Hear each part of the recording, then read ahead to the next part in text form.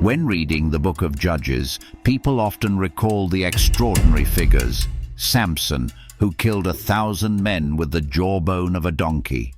Gideon, who defeated the enemy with just 300 men. Deborah, who commanded in battle. But among these thunderous names, there are those mentioned in only a single line. And he judged Israel for 22 years. No miracles, no victories, no stories, just time. A long, quiet pause, then an ending in silence. Why does the Bible record names that seem to have done nothing significant? Why does the Spirit preserve those uneventful years in the covenant's timeline? Could it be that the silence itself is what needed to be remembered? Could it be that the role of those judges was not to tear down, but to preserve? The Book of Judges begins with an unanswered question: who shall go up first for us to fight? But soon after, something more frightening than leaderless battles appears, a time when everyone did what was right in his own eyes. When the covenant was no longer upheld by king or prophet, who held it then? When God was silent, who still remembered that he once spoke? When read in the light of the Book of Jubilees, which emphasizes that the covenant is upheld not only by miracles, but by quiet faithfulness through generations, those forgotten judges might not be heroes, but they may have been timekeepers, guardians of sacred rhythms, keepers of the law, protectors of the flame, holding it silently so that when the time for revival came, a spark still remained. They did not shake history, but they kept history from falling into oblivion. They were not named on the battlefield, but perhaps their names are inscribed in the book of life. We are so familiar with Samson, strong enough to bring down a temple, so impressed with Gideon, who defeated an army as numerous as sand with just 300 men, so admiring of Deborah, a prophetess standing firm in a time of war. But among those whose names are told across the pages, there are others we often pass over: Tola, Jair, Elon, Abdon. They didn't kill anyone, didn't break chains, didn't perform miracles. They had no prophecies, no grand victories, no songs sung in their memory.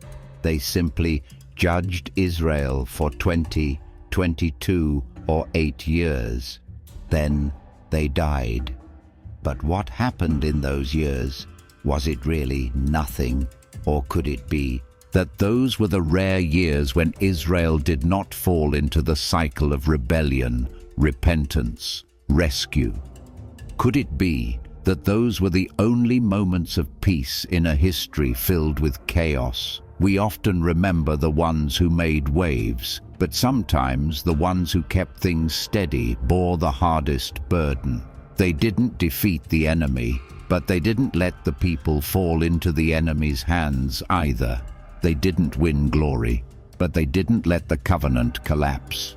The Book of Judges, when viewed anew, is not just a chronicle of the strong, but a quiet testimony of those who kept the faith when no one else could see it.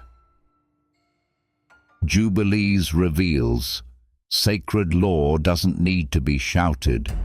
It just needs to be lived, upheld, and passed on from one generation to the next. And perhaps, in those uneventful years, the covenant lived on. Not because of miracles, but because of those who never let go of what was sacred, even when no one else thought it mattered. When people think of the covenant, most Bible readers go straight to Sinai. The fire, the trumpets, the tablets of stone handed down, the trembling of Moses, the fear of the people, the voice of God declaring each commandment. But the Book of Jubilees unveils something quiet yet mighty. The covenant existed even before Israel. before Moses, before Mount Sinai. Adam, the first man, kept the Sabbath. Enoch, the one who walked with God, recorded revelations about time and righteousness. Noah, the one who survived the great flood, offered sacrifices according to sacred rites. Abraham, called the father of faith, distinguished between clean and unclean, kept the Sabbath, built altars, and lived by divine commands long before there was any written law. In the light of Jubilees, the covenant does not come from an event, but from a sacred rhythm passed quietly through generations. It is not something new, but something that has always been, though often forgotten. So then, when Israel entered a time with no king, no prophet, no tabernacle, who kept these things alive? When the Book of Judges says, each one did what was right in his own eyes, was there still someone doing what was right according to the covenant? Who kept the feasts? Who distinguished the sacred from the common? Who remembered that divine law was not only written on stone, but woven into the fabric of life? Maybe it was those nameless judges. Maybe they didn't execute laws, but upheld divine order. They didn't wield swords, but preserved the sacred. They didn't pronounce judgments, but stood guard at the invisible boundary between sacred order and earthly chaos. Jubilees helps us realize the covenant is not bound to one nation, but carried through those who uphold it in every age. We often view the patriarchs of the Bible as men of faith. Abraham believed and obeyed. Noah remained faithful in a corrupt generation. Enoch walked with God until he vanished from the earth. But the Book of Jubilees opens a deeper layer.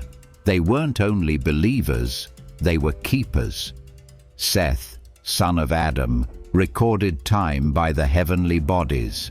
Enoch, his grandson, was the first to call upon the name of the Lord. Enoch was not just righteous, he was a scribe, a discerner of seasons, a teacher of sacred law. Abraham didn't just leave Ur, he established feasts, distinguished the clean from the unclean, and taught his descendants to walk in the covenant long before any official law at Sinai. They had no throne, no soldiers, no kingdom, but they held a role far greater than political power. They preserved the sacred order through the passing of time.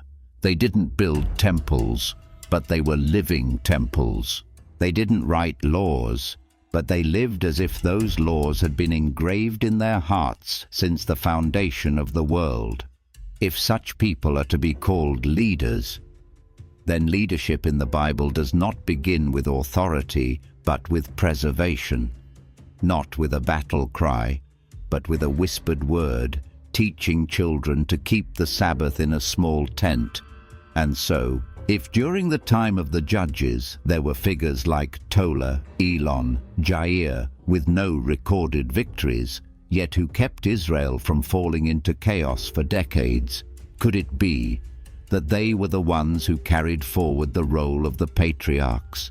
No sword needed, no miracles required, just living rightly, keeping faithfully, and ensuring a generation is not cut off from the covenant.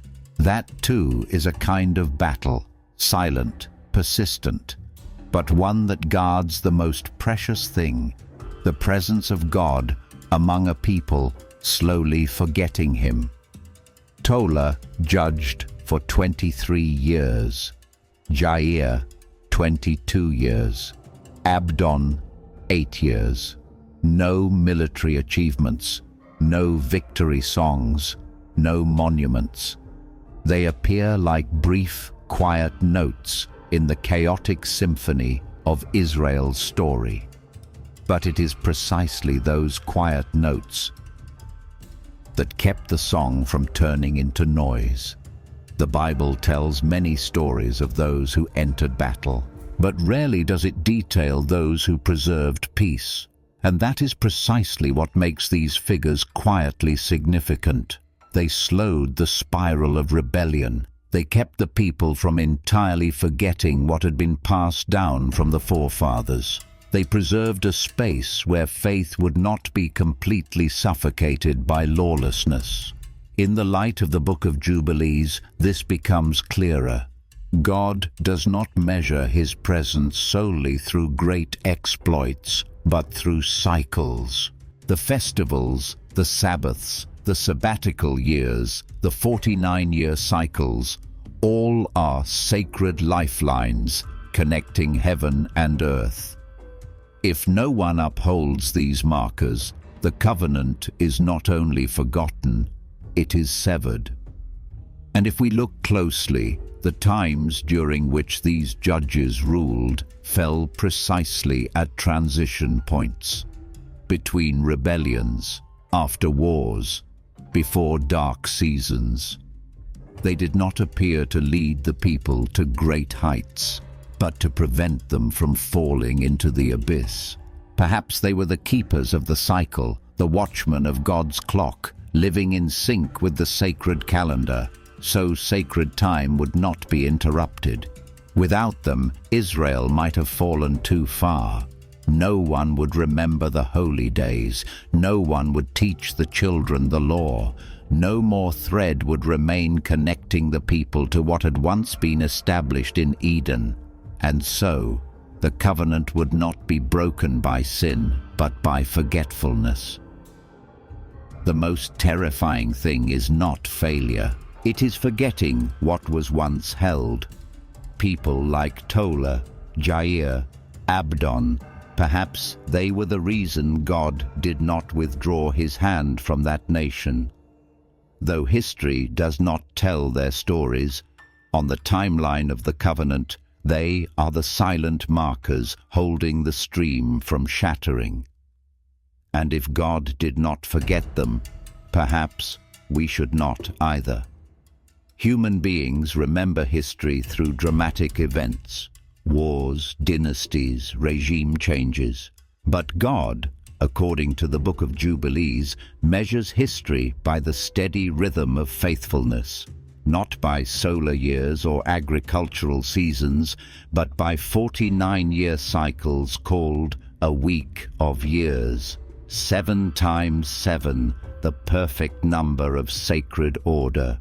And at the end of each cycle, the 50th year, the Jubilee, the year of release, restoration, and new beginnings. In the Book of Jubilees, major events are never random. Adam was created in the first week of human history. The flood occurred in the 12th week. The covenant with Abraham in the 21st week. The law at Sinai, precisely aligned with the festival cycle. Each event did not merely happen, it happened on time. So if God designed history according to precise sacred rhythms, the question is, were those forgotten judges truly random, or were they placed in the gaps as keepers of time to keep the covenant stream from drifting off course? Imagine when there were no prophets, no tabernacle, no astronomical clocks like Enoch once used. Who kept the Sabbath on time? Who still taught the people to offer sacrifices on the appointed days? Who held the sacred rhythm while the nation lost its direction? If a Jubilee cycle was missed, divine protection would withdraw. The angels would fall silent. The blessings would hang suspended. And if, in that moment, someone still lived in sync with the appointed times, that person was not merely ruling the people, but guarding the heavenly clock. Tola ruled for 23 years, Jair, 22 years, Elon, 10 years, Abdon, 8 years. Each preserved at least half a cycle. Without them, the cycle breaks.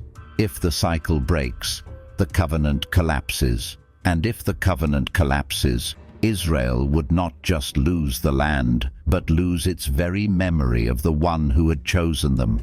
And so, while history praises the warriors, on God's timeline, He may be using those who live in sync with the sacred seasons to hold an entire era together. Not everyone chosen must go to war. Not everyone anointed must shout. There are some whom God assigns a quieter mission, to preserve peace, not by the sword, but by presence. In a book as chaotic as Judges, where blood flows, temples fall, foreign gods flood in, and the people repeatedly betray the Lord, the judges who did not fight may seem to offer nothing worth recounting. But perhaps that very nothing is the greatest victory. It is easy to hold the land when no one is attacking. But to preserve the soul of a people in an age without prophets, without kings, without miracles, that is a rare form of leadership. Leadership by steadfastness. They left no triumphs to record, but perhaps they did the harder thing, keeping the covenant alive without drawing attention, teaching their children to observe the feasts, refusing to bow to idols, not getting swept into the cycles of rebellion, not shouting, yet not surrendering. In the light of Jubilees, such people are the keepers of the lamp in the night. They do not light up the city, but their glow is enough for the next generation to find their way. They need no brass trumpet, only the faithful repetition of Sabbaths, the feast of unleavened bread, the fallow years, all in quiet. And thus they do not lead in the sense of ruling, but hold space for God to remain present, not with glory, but with the emptiness in their hearts reserved for the covenant. A sword may save a battlefield, but someone who keeps the times, teaches the rights, lives by the law, may preserve history itself from being torn apart. In an age where noise reigns, steadfast silence may be the greatest miracle few ever notice. History often belongs to the victors, those who tear down temples, slay thousands, overthrow kingdoms. They are named, sculpted in stone, sung about in tales. But what of those who did nothing significant in the historical sense? Judges like Tola, Elon, Abdon left behind no exploits. They expanded no borders. They changed no governments. They simply ensured that one thing did not collapse. And perhaps that is far more important. In the Book of Jubilees, honor does not go to the conqueror, but to the faithful. Abraham is praised not for defeating kings, but for keeping commandments before they were even written in stone.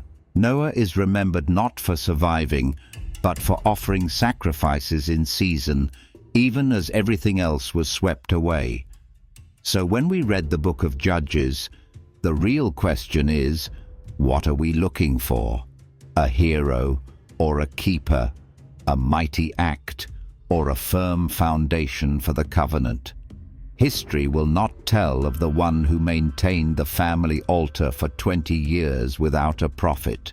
No book will be written about the old man who faithfully taught the children each portion of the law, while the nation chased after Baal. But heaven sees, the angels see, and the covenant continues because of them. They may not have rewritten history, but they kept history from being torn apart.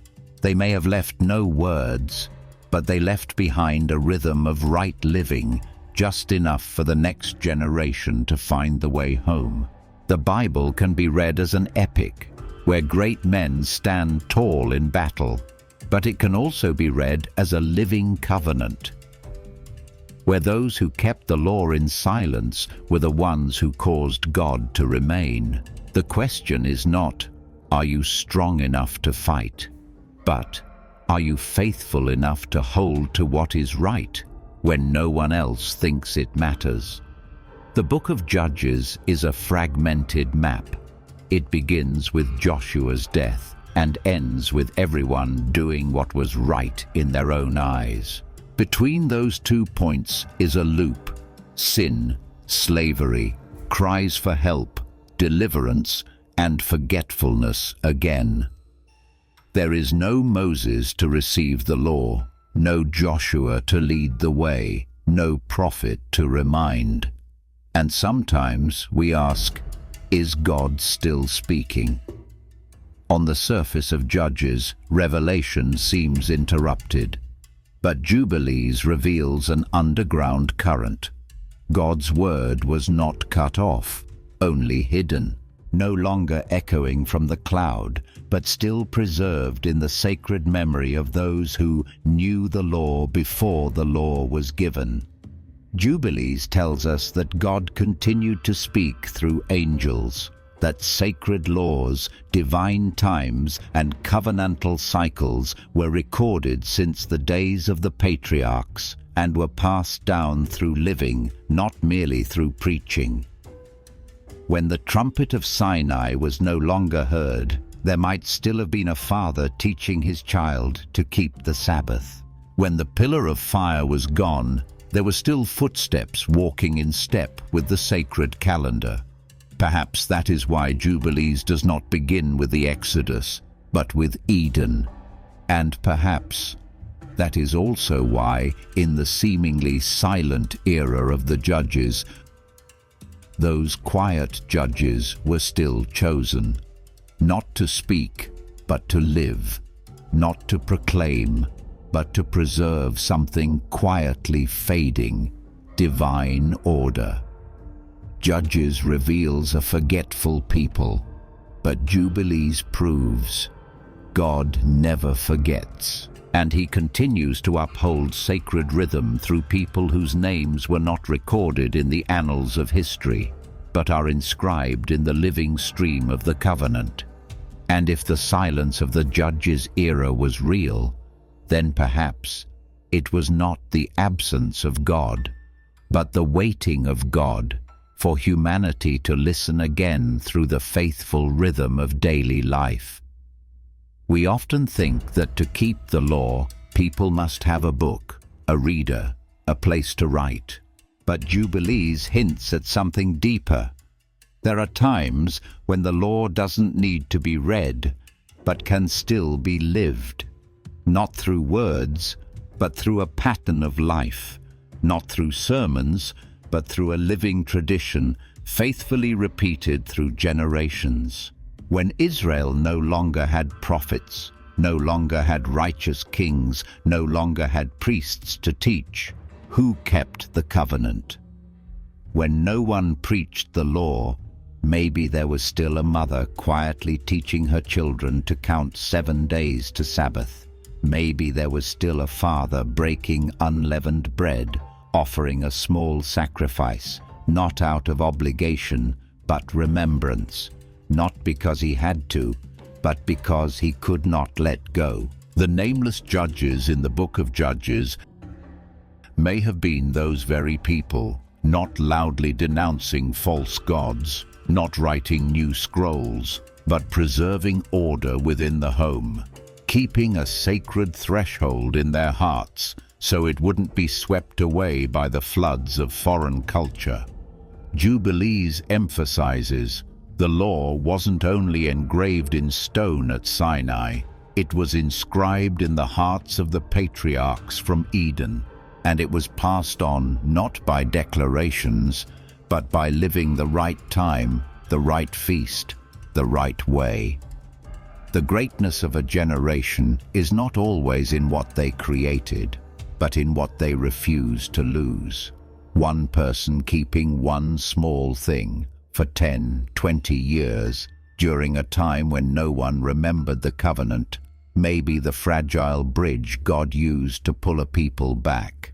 Like oil in a lamp, no one sees the light unless someone tends it, and no one can light it again if no one preserved that small flame through a quiet, steady, unnamed life. When we think of prophets, we often imagine someone standing before a crowd, declaring God's word with fire in their heart and lightning at their back. Someone like Elijah calling fire from heaven, like Jeremiah weeping over a desolate city. But what if a prophet is not only someone who speaks for God, but someone who lives as though God is still speaking? In the Book of Jubilees, God's voice doesn't always come with thunder. There are seasons when the word is withheld, no angels appear, no tablets are given. But that doesn't mean revelation is dead, because revelation can continue through someone who lives rightly. When a whole nation does what is right in their own eyes, someone who lives differently is not strange, but maybe a prophet without a microphone. That person's faithfulness is a living reminder. God is still waiting in those who have not abandoned what is right.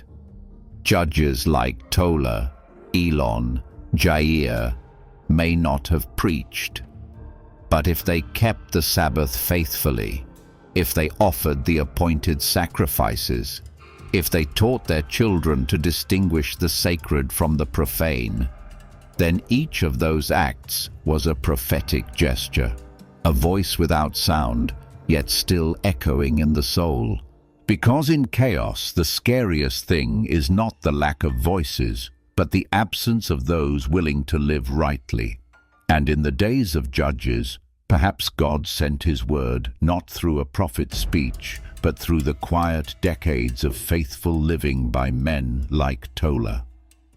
One more Sabbath kept, one more feast remembered, one more generation of children hearing about the covenant, not from the fire of Sinai, but from the table, the blessing, and the ordinary life of their parents. No prophet is named, but that doesn't mean God was silent. Maybe he was speaking through the unwavering consistency of someone no one noticed. And that is a kind of prophet history doesn't write about, but heaven remembers. We call them judges because the English translation is judges, and we imagine them as people settling disputes, ruling fairly, declaring right from wrong in a community. But if we look more closely, especially through the lens of Jubilees, the word judging in ancient times held a much deeper spiritual dimension. The Hebrew root shaphat does not only mean to settle legal matters, it also means to establish, to guard, and to preserve order. In a world without kings, without prophets, without legal institutions, a judge was not just someone who stood between two sides to declare who was right. They were the last ones holding the sacred boundary between what God had commanded and what man was distorting. In the Book of Jubilees, this role becomes clear. Those called righteous were not simply morally upright, but they preserved what was right when everything else around them was drifting from the covenant's axis. Judgment was no longer a legal act, but a sacred responsibility, not to let downfall become the norm, not to let disorder become acceptable. They didn't just handle cases, they guarded the soul of the community. And in a time like the Judges, when everyone did what was right in his own eyes, the one who did what was right consistently was the one who kept the covenant alive. Tola, Jair, Elon may not have issued new laws, but every day they lived rightly. They declared without speaking, divine order still stands, the covenant still lives, the law is not forgotten. They didn't need to condemn, because their unwavering presence was the invisible wall keeping the people from drifting out of the light. And if so, then judging was not about punishment. It was about protecting what is right from being swallowed in a world that no longer remembers it was once led by God. In the list of judges, Jephthah's story is among the darkest and most controversial. A cast-off warrior, called back in desperation, victorious in battle, only to become the man who sacrificed his own daughter, and all because of a vow. He vowed, "Whoever comes out of my house first to greet me will be a burnt offering to the Lord." Tragically, the one who came out was his only daughter. She did not beg, she did not resist. She only asked for 2 months to mourn her youth. Then she returned. Then silence. Then she vanished from the narrative, as if her life had been swallowed by what some called faithfulness. On the surface, Jephthah did the right thing. He kept his vow. He did not break his word to God. But under the light of Jubilees, a painful paradox emerges. No vow is greater than the soul of a child. The God of the covenant never demands an offering of innocent blood. Jubilees affirms repeatedly, offerings must be pure, without blemish, but never the life of the innocent. The purpose of sacrifice is to remember grace, not to purchase redemption. The covenant is for life, not for destroying what is most precious because of words spoken out of timing. Jephthah may have known the law, but he misunderstood the heart of the law. He kept the letter, but lost the spirit of the covenant. And the most tragic part is, he wasn't punished. No one stopped him. Because in that era, collective conscience had decayed so deeply that no one recognized what had gone wrong. Jephthah's tragedy is a mirror for every age in which people keep religious structures, but forget that God is a living being. When law is kept, but mercy is lost. When outward victory masks an inward failure too painful to name. Some victories are written in blood, but not the enemy's, the blood of the most innocent in the household. And some vows should never be kept if keeping them means betraying the very nature of God. Samson is the most paradoxical figure among the judges. A man chosen by God from his mother's womb, a Nazirite, set apart for the covenant, forbidden to drink wine, touch the dead, or cut his hair, signs of spiritual anointing. And yet Samson broke each one. He married a foreign woman, he killed a lion, then took honey from its carcass and gave it to his parents. He used the jawbone of a donkey as a weapon. Bloodshed, vengeance, arrogance.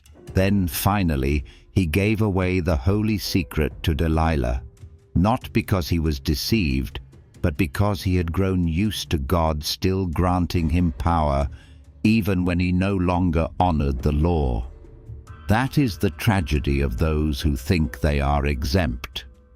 In Jubilees, those who live within the covenant are protected. But those who break it without repentance, their protection becomes like armor with holes, still beautiful, but no longer safe. Samson still had strength, but he lost discernment. Still won battles, but lost himself. Still had the anointing, but no longer the light. Each law he broke didn't destroy him immediately. And that is what made it terrifying, because the gift remained, but the covenant was slowly eroded in his soul, like water carving through stone. He broke, only when he had nothing left, and when his eyes were gouged out, his hair cut, his name buried, his light extinguished. The only thing that remained was a final, broken prayer. In that moment, he didn't ask for victory. He simply said, "Remember me, Lord."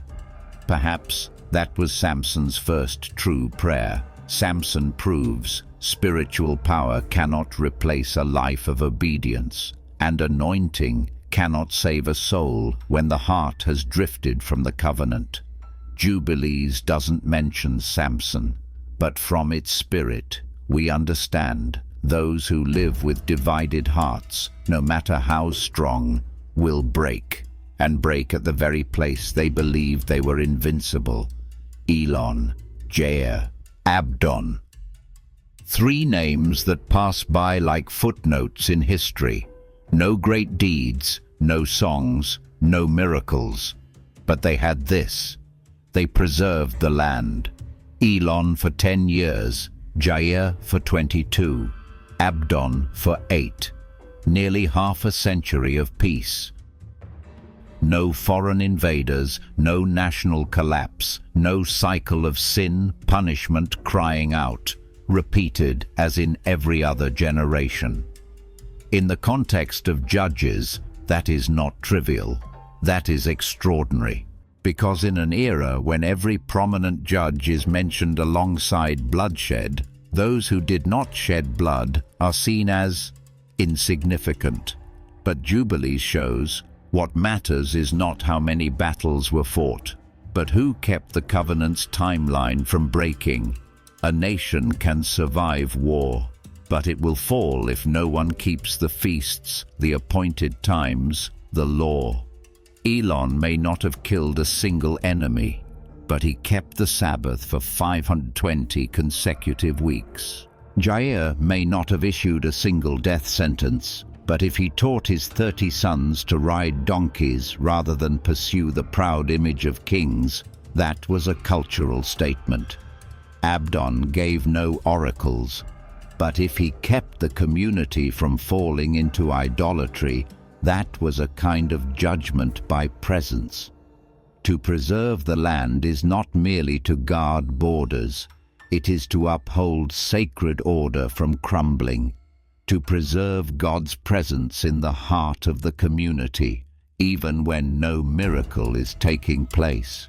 We often think of the strong as those who draw swords, but in spiritual reality, the strong may be those who never needed one drawn, through wisdom, through faithfulness, through a life that needs no explanation, and thus, from the perspective of the covenant, the one who preserves the land may not rewrite history, but they are the reason history can still go on.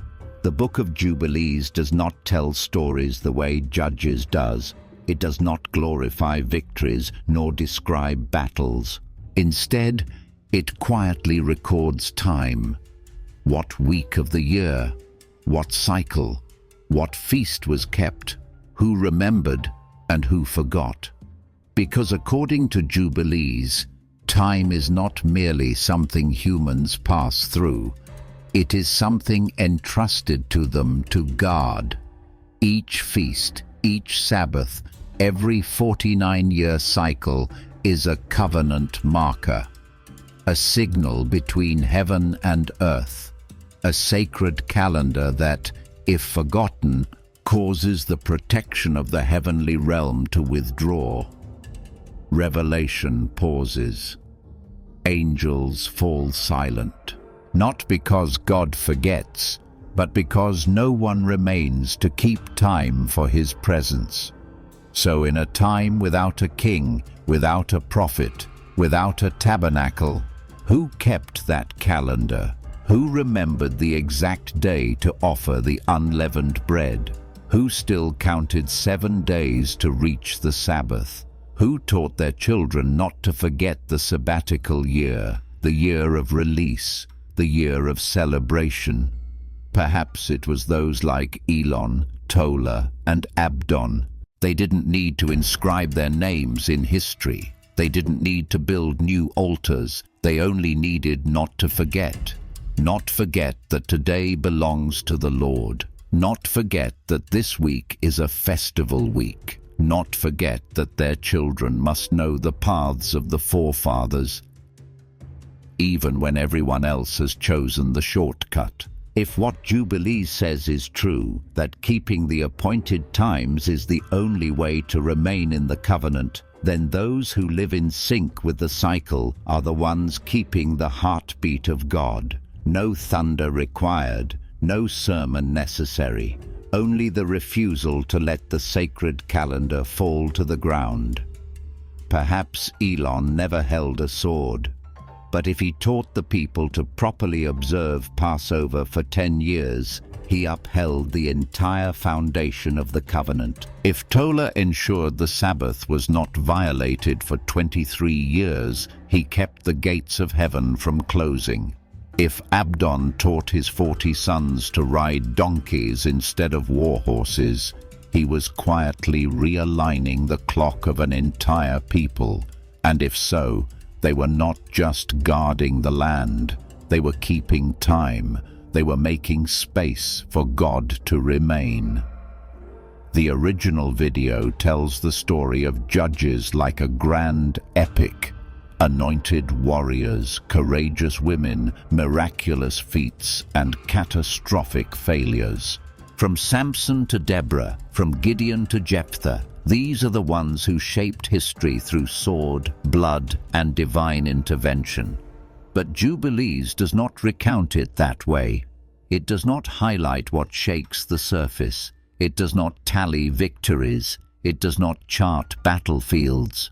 Instead, it draws a sacred thread, quiet and steady, stretching from Eden to Sinai, from Enoch to Abraham, and from the early patriarchs to the final keepers of the law, even when no one remembered the law anymore. Jubilees shows us history is not only about what people accomplish, but also about what they do not allow to break. There is an underground current of covenant, not mapped on geopolitical charts, but flowing through every home that still keeps the Sabbath, every father who teaches his child to distinguish clean from unclean, every mother who counts the days by God's calendar, not by the harvest of foreign nations. So, if Judges is the epic of what happened on earth, then Jubilees is the sacred map that traces what held heaven and earth together. A map not for the outsider, but for those who remember how to read it. Elon, Abdon, Jair, they didn't shake the nations. But they did something far more important. They kept the darkness from swallowing the last remaining flame. No need for recognition, no need for written history. They lived as part of the flow that Eden had begun and Sinai had confirmed. Without them, the covenant may have lost its line of transmission. There are those who make history, and there are those who keep history from being severed from heaven. These people are rarely told, but if we know how to listen, we will see them. In the silence, in the order, in the faithful rhythm, and in the quiet light that has kept burning across generations, even when darkness seemed to consume it all. Tola doesn't get a long chapter. Elon has no recorded triumph. Abdon, Jair, Ibzan are mentioned only in brief lines within Judges. They pass by like names that history seems to mention only in passing. But what if God has not missed a single name?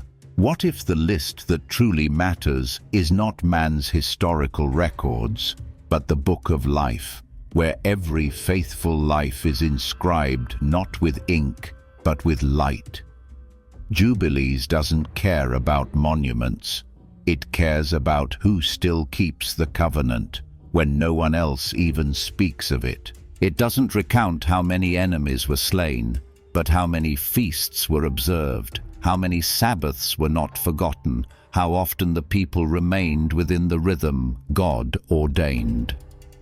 And if Elon, Jair, Tola lived through decades without letting a single cycle break, without letting a generation forget the holy days, then perhaps they were the ones who kept the covenant's pulse alive, even as chaos spun around them. In human books, they are not prominent enough to earn a statue.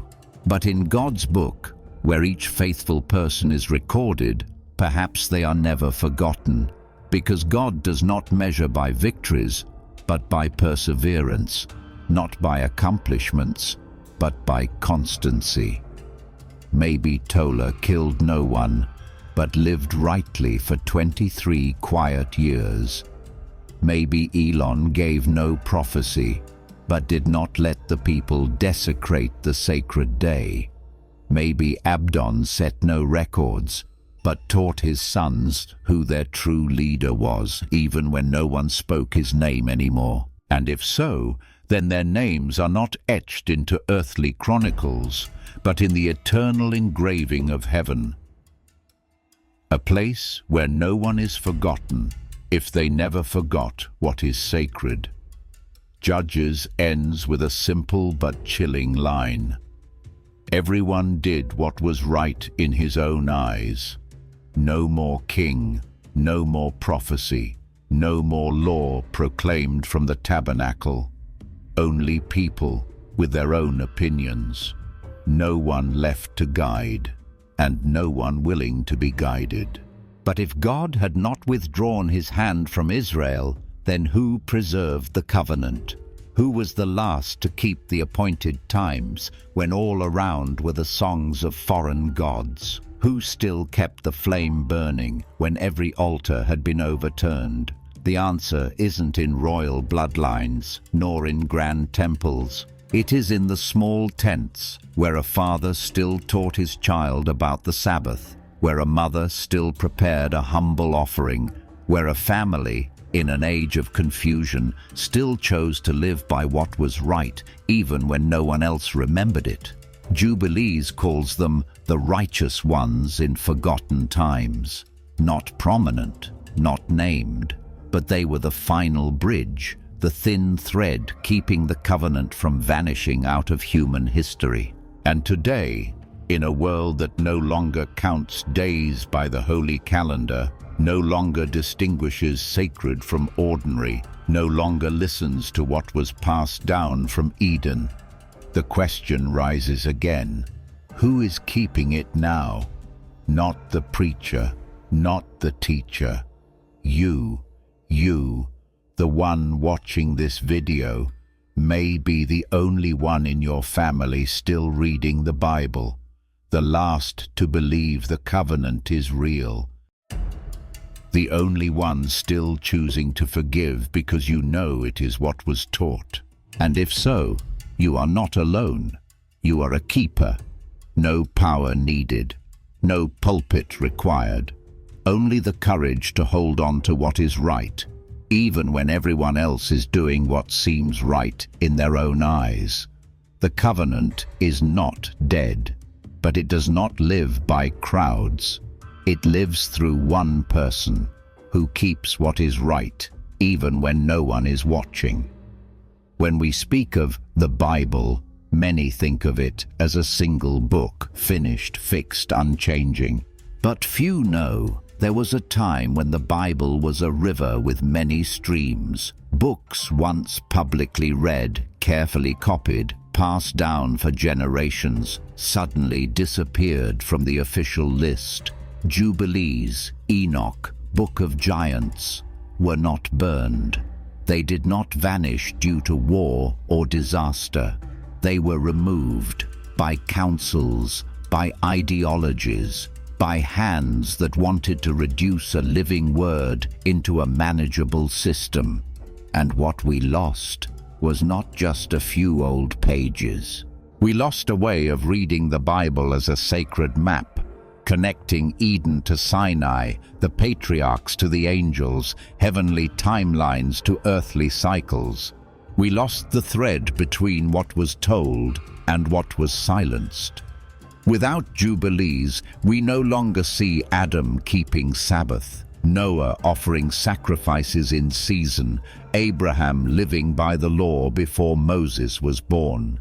And in losing that, we lost the sacred model to answer the question, who kept the covenant before the law was written? Without Enoch, we lost the heights of the spiritual cosmos, the background to the fallen angels, the true cause of the flood, the stream of revelation once written down, then hidden. Without the Book of Giants, we lost the voices of the forgotten, half the conversation between heaven and earth, the cries of lost beings, and the warning to those who think they need no reminder. And so, when the Bible was condensed, what was lost was not only width, but depth. Not just strange stories, but a fuller understanding of the covenant itself. Today, we read the Bible as though it is the whole story, but perhaps we are only reading the chapters that survived a quiet tearing apart. Some books were not burned. They were hidden, not because they threatened the faith, but because they carried too much truth. Not because they were wrong, but because they made what remained feel incomplete. Jubilees is one of those books. It does not contradict Genesis, but it clarifies what Genesis left unspoken. It does not deny Moses, but it reveals that the law was lived out as early as Adam. It does not oppose the Old Testament, but it reconnects the broken strands of theology. Sabbath began in Eden. Sacrifice existed before the flood. Angelic presence was not exceptional, but a regular part of the covenant's rhythm. These are not new ideas. They are ancient truths, so old that we've forgotten how to name them. Those who read Jubilees for the first time often do not learn something new, but recognize something they've always sensed, yet never knew how to express: that God didn't wait for Sinai to speak, that the law is not a cage, but a sacred rhythm once etched into the flow of time, that Eden was not shut, only veiled. And while texts like Jubilees were removed from plain sight, their voice still whispers through the gaps in the canonized scriptures.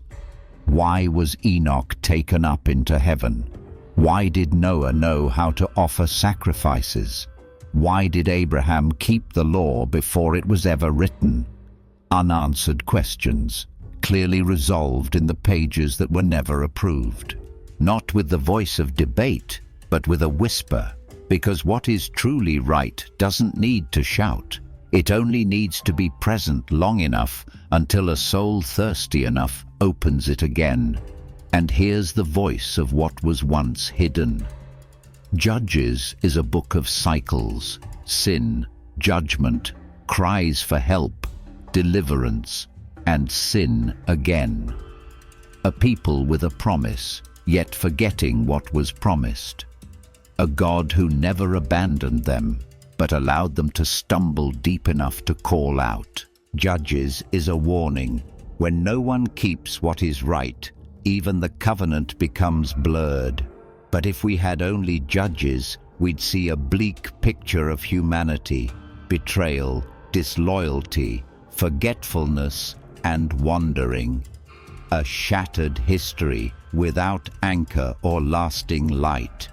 And then enters another book, quiet but burning with light, Jubilees. If Judges is a book of war, then Jubilees is a book of rhythm. If Judges recounts those who broke the law, then Jubilees records the names of those who kept it in silence. Judges is the scorching sun exposing sin. Jubilees is the hidden ember, preserving warmth through the long night of forgetfulness. Judges startles us with the weakness of God's people, but Jubilees silences us before the patience of God. One says, "This is what happens when people forsake the law." The other whispers, This is what happens when one person, just one, still keeps it. Judges is history from the ground. Jubilees is history from the heavens. One counts battles, the other counts feasts. One speaks of those who tear down, the other records those who hold together. And when you place the two books side by side, what you see is not contradiction, but completion. History is not only where we measure unfaithfulness, it is also the place where God weaves light again from even the thinnest thread of faithfulness. If Judges is the alarm bell for the conscience, then Jubilees is the whisper that keeps you from falling asleep again. Because light does not only come from the sun, sometimes light comes from one person who missed no feast, forgot no day, and let no flame go out. There are those who leave behind epics, who have statues raised, whose descendants became kings, who are remembered in folk songs. But there are others who pass through history as if they never existed, yet are the very ones who kept history from collapse. Judges like Tola, Elon, Abdon, Ibzan were neither rebellious nor radiant. They didn't make noise, but they didn't give in. They didn't slay enemies, but they didn't let the land fall into foreign hands. They didn't do anything to be remembered, but they also did nothing to deserve being forgotten. And perhaps that is the highest form of faithfulness. In Jubilees, those remembered are not those who did the most, but those who did what was right. Right timing, right feasts, right order, in their homes, in their communities, in their silence. They needed no spotlight, because the light within them was enough to guide a generation away from confusion. When the nation chased foreign gods, they still kept a small altar. When neighbors forgot the Sabbath, they still taught their children to remember. When no one counted days correctly, they still did. Not to be praised, but because they knew that if they didn't keep it, no one would. Maybe they didn't need to be remembered, because they knew God never forgets. Human memory fades, but the book of life never loses a page, and in it, those who never stood on a platform may be written in light, because they kept what was right when no one else believed it was worth keeping. They don't need to be retold, they only needed to live right, steady, and never let go of the covenant. And maybe, when the final light of the Judges era was dying, it was those very people who never sought to be remembered, who preserved what must never be forgotten. We grow up with larger-than-life figures. Samson, who tore a lion with his bare hands and brought down a temple with his final strength. Gideon, who defeated an army like sand with just 300 men. Deborah, who led a nation to rise in its darkest hour. People anointed, empowered, unforgettable. But the truth is, not everyone is a Samson, and God never asked you to be. There is another model, rarely mentioned, but perhaps much closer to you. Elon. He performed no miracles. He killed no enemies. No song remembers his name. But he lived rightly, long enough, steady enough, to keep the people from slipping out of covenant. 10 quiet years of peace, not because of victory, but because someone preserved what was right without needing attention. You may not be as strong as Samson, as brave as Gideon, or as wise as Deborah, but you can be as faithful as Elon. Keep one good thing when no one is watching.